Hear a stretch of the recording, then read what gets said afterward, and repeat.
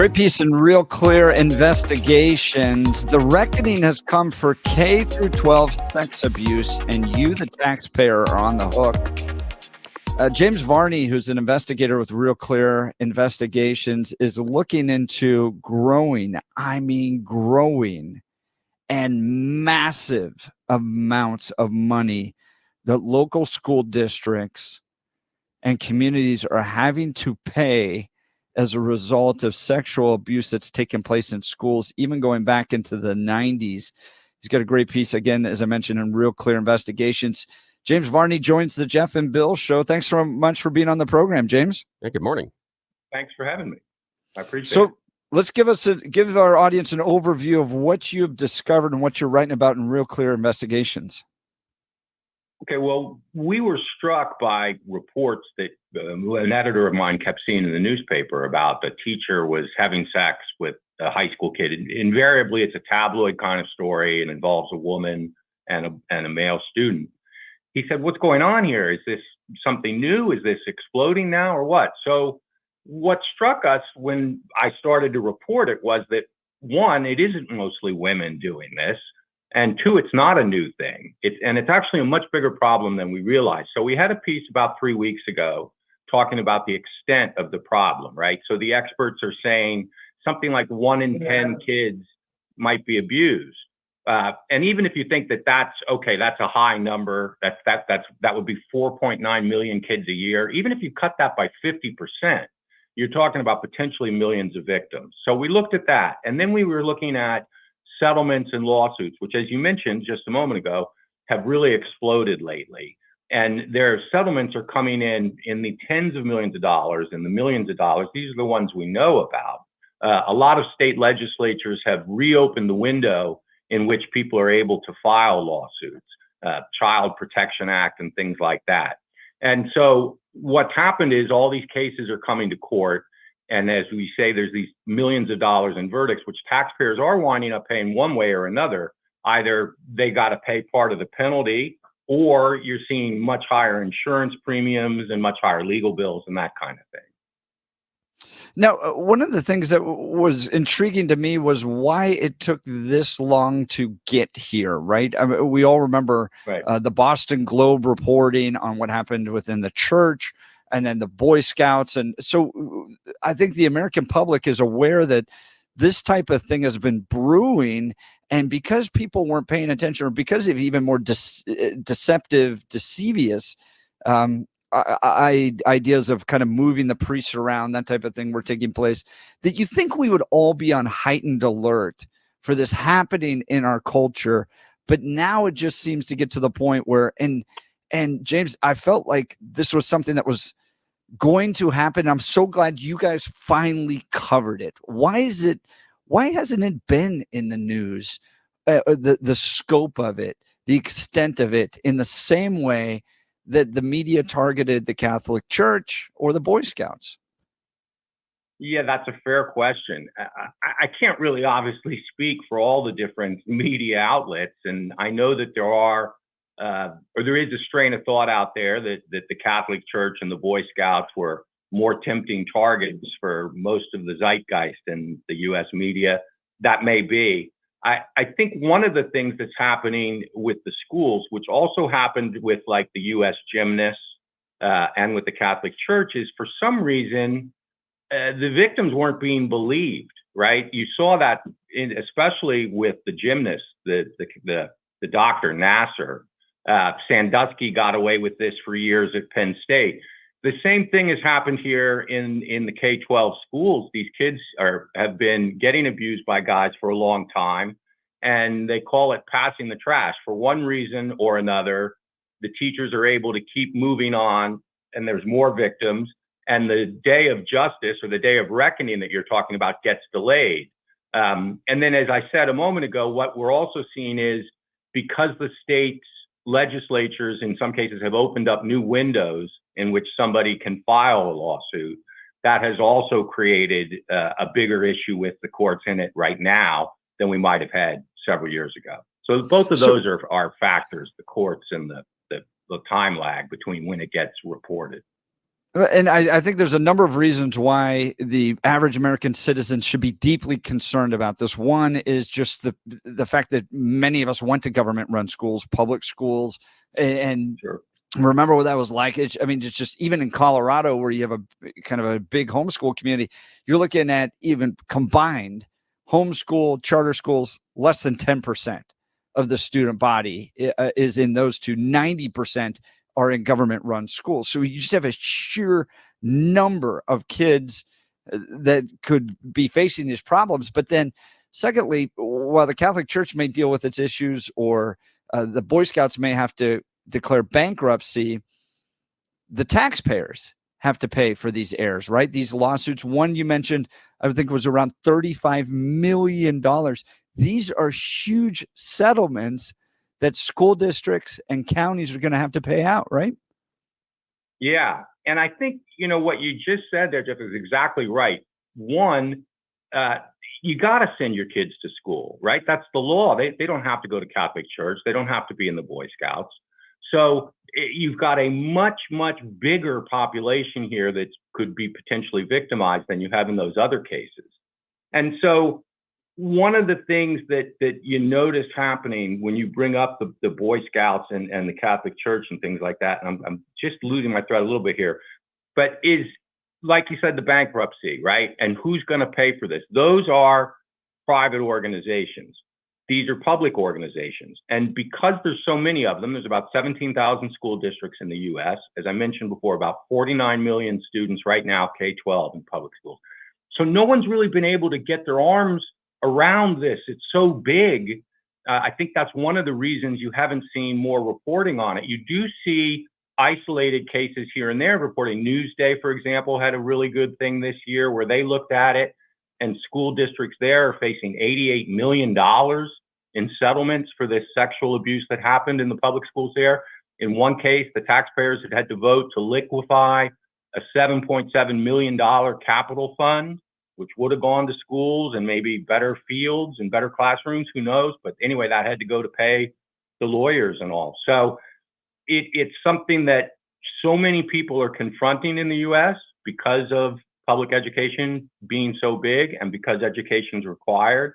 And it's something that I think the zeitgeist of the people right now seems to be, because of the Catholic Church, because of the Boy Scouts, because of the gymnasts, it has really turned, and judges and juries are handing out some really big penalties that sometimes the insurers cover, but sometimes they don't.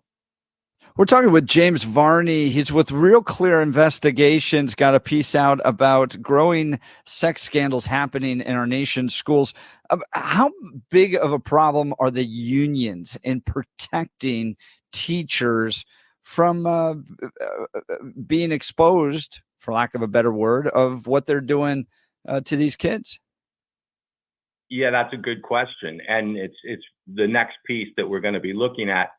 The unions are part of the problem, right? So one of the things you see when the advocacy groups talk about passing the trash, which means one teacher or an administrator or a bus driver or a coach goes from one school where there might have been some flags raised or some smoke, and then he goes to another. Sometimes the teachers' unions contracts prohibit the school where the guy was from telling other people what happened, right? Like, let's say the teacher resigns and he leaves, that will short circuit the investigation that might have started there. There's no findings.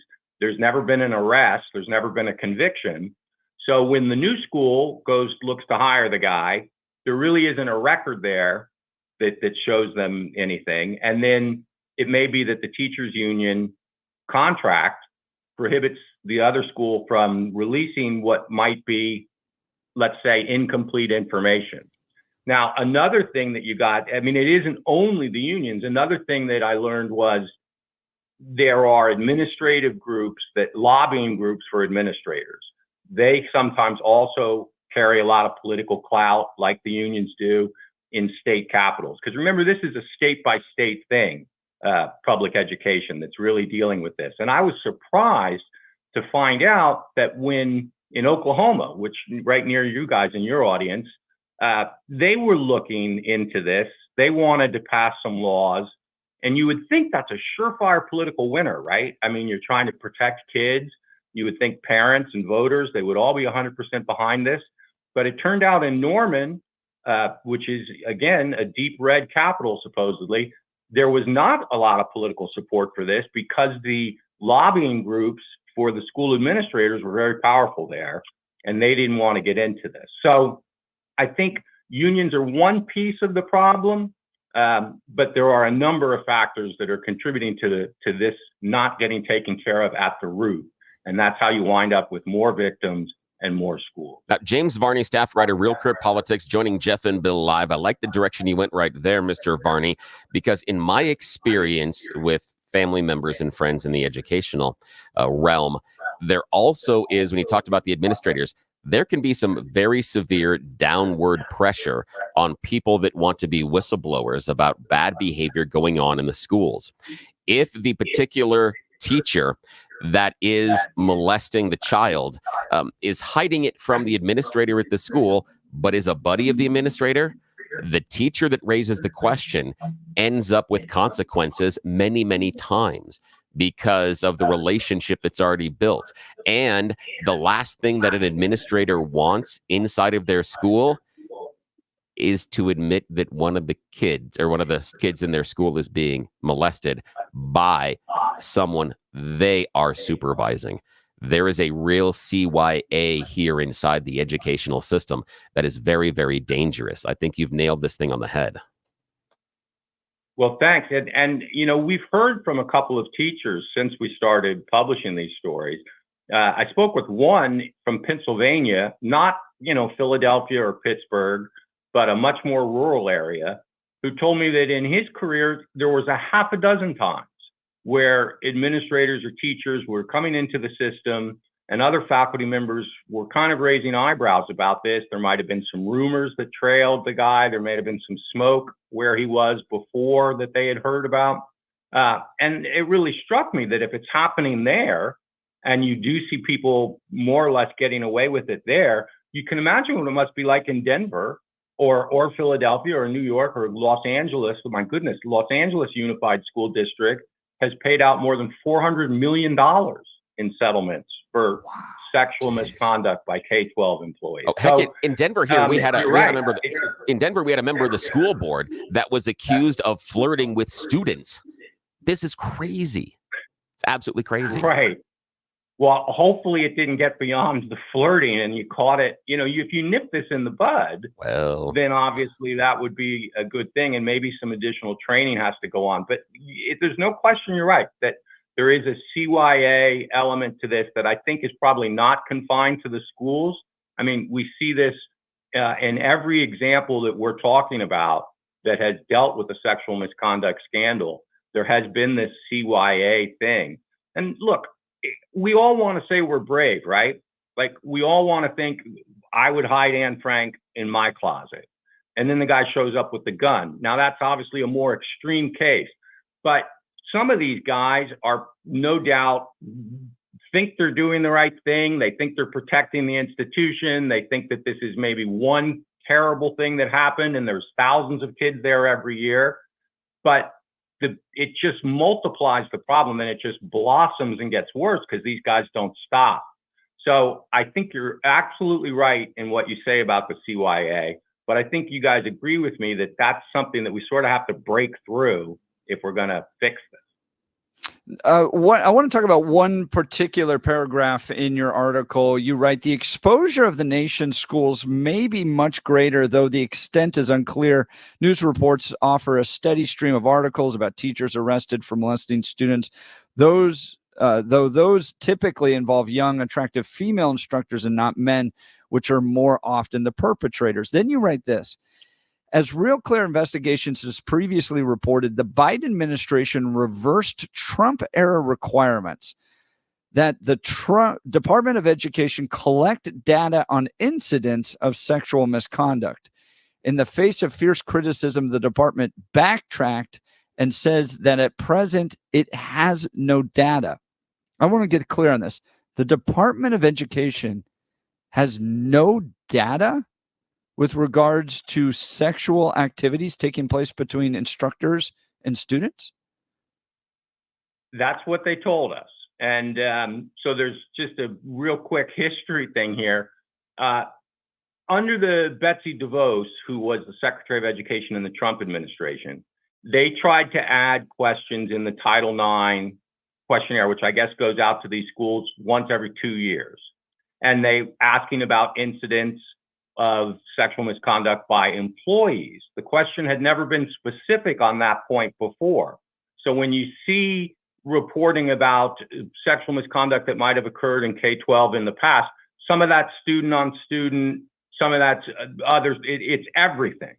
So they wanted to try and winnow it down so they would know how much of this involves employees and students. They finally got it on the Title IX questionnaire, but when they introduce these things into a questionnaire, invariably it's initially voluntary, and then it becomes compulsory as they go on. And of course, Trump lost the election in 2020. The first thing the Biden administration did, other than open the border, was strip these questions or move to strip these questions out of the Title IX questionnaire. And as you say, as you just read, there was a tremendous blowback against that. I think a lot of people were interested in this. So they agreed to put it back on the questionnaire. But now here we are in 2024, and it has never been asked completely to the 17,000 districts, and they have never had a compulsory answering of the question. So according to the DOE right now, they have no data. That's exactly what they told us. Target with James Varney is with Real Clear Investigations. You got a piece out. The reckoning has come for K-12 sex abuse, and you, the taxpayer, are on the hook. James, I'm not a big fan of the Department of Education. I wouldn't mind if it went away, but I'll be honest. If there's one thing they could do, seriously, if there's like one thing, is maybe collect some data on how schools are going, so there's at least a national clearinghouse. So at this point, we don't really have a national database on what's happening in these government-run schools with regards to perpetrators and students. No, you're right. And in fact, that was one of the things that we were just talking about a moment ago that has prevented us from getting any reporting or a clear idea of this. It's because it is scattershot among the 17,000 districts. It isn't something that there is a national clearinghouse either on the legal standpoint. We asked a number of law firms and people like this, is there some place that just records every verdict or settlement that is made in this? And of course, they are public records, but nobody's sitting down and gathering the information for the 17,000. So that's why we said in our piece, what we were doing was taking media reports. There's some legal blogs out there, and you weed through that and you look at it. And the best we could come up with was at least 1.2 billion in the last few years. And that is obviously not a complete figure because there's a number of private settlements. There are private school settlements too. I mean, we're not talking about that because, as you pointed out, it pales in terms of its size to the public education slice of things. But there is nobody out there that has a list that can tell us exactly how many suits there's been and what the settlement tally is. So it's a little frustrating.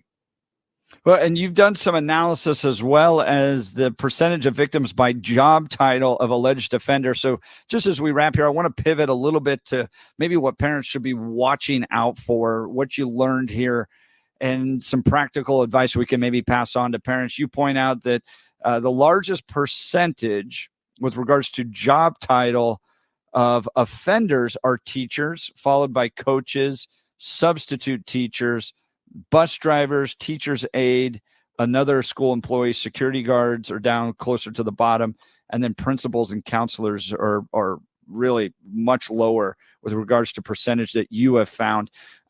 Just in your research, what practical advice would you provide to parents to protect their kids? Well, I think obviously listen to them, right? If what we see sometimes is allegations are brought and they maybe aren't initially believed, one of the things you find is, not always, but a lot of the time, the people that are doing this are very popular figures within the school community, right? They've paid a lot of attention to the kids. They've maybe given some special time and effort, either coaching or tutoring the kids. In retrospect, it looks like grooming, right? So I think there's a fine line between doing a great job as a teacher and being a bad guy, right? And if you're a parent, you need to be aware if that kind of attention is being paid to your kid, what exactly is happening. There's no reason to be suspicious of it, but it is something obviously you need to watch. And then I think another thing to do is, if you do think that if there is something going on, it looks like you can't just go to the school and ask the principal to handle it, because the record is rife with cases where the parents have done that and they're assured that the matter is going to be dealt with, and it isn't, or the person that's doing this just leaves, like we talked about, and goes somewhere else. So you have to be diligent and you have to stay upon it once the allegation comes up. You got to pay attention to what your kids' friends are doing, right? If they're telling stories, I mean, you see this presented sometimes to the public. It was on The Sopranos, right, where there was a coach that was doing this. Nobody wanted to believe it at first, but it was true. So I think that those are the indications. I'm not a child psychologist, but they tell me kids will often have behavioral changes if something like this is happening. So I think if you see all of a sudden your kid's doing a 180 and something's causing it. So try and find out. I don't want to make parents paranoid. I got 3 kids. They went to public schools, and they went to Catholic schools, the boys. So I didn't really worry about it. And I think most parents don't. But it is something that's happening, so you need to keep your guard up. And when something different or something radical happens, make sure you know what caused it. And if this is what caused it, then push hard. And I think, too, you've got to just have those honest conversations with your kids about things that are just totally out of bounds. If this ever happens to you, you're in a place where you're not wearing clothes and you're around a coach or a teacher or something like that, that should never ever happen. And so be very honest and set those standards early on in your kids' lives. But James Varney, go ahead, please. Those standards should include social media, right? Yes. I mean, right. What's happening now is the boundaries are getting blurred. It's much easier for these bad actors to get in touch and contact the kids. So, for example, Oklahoma again just passed a law that went into effect July 1st, that any communication between school and students has to go on platforms the school controls and owns. If a teacher's talking to your kid privately on Facebook, that might be a little fishy. I mean, I remember when I went to high school, if the teacher called me at home, that would have been weird. Right. That's right. Right. But I don't know, maybe now it isn't, but it's still, that's the kind of thing that you got to be on top of if you're a parent. James Varney, an investigative reporter with Real Clear Investigations. Absolutely fantastic piece diving into growing K-12 sexual abuse scandals that are happening and all the money that taxpayers are going to be on the hook for this. I mean, this is a huge issue in this country that we've got to be monitoring just because of the sheer amount of our kids in these schools and the amount of money that taxpayers could be paying. And unfortunately, Department of Education is not doing this. Real Clear Investigations is. I'm going to put a link to this on my X account, x.com/Jeff Hunt, if you want to read it. But really fantastic reporting. Thank you for taking time to be on the Jeff and Bill Show and raising such an important issue. Yeah, with thank us, you so James. much, sir. And we are going to put a link in the podcast as well for everybody, so it'll be distributed through social media. Thank you for doing the hard work. Sure. Thanks for having me. Jeff and Bill, weekday mornings from 6 to 10 on News Talk 710, KNUS.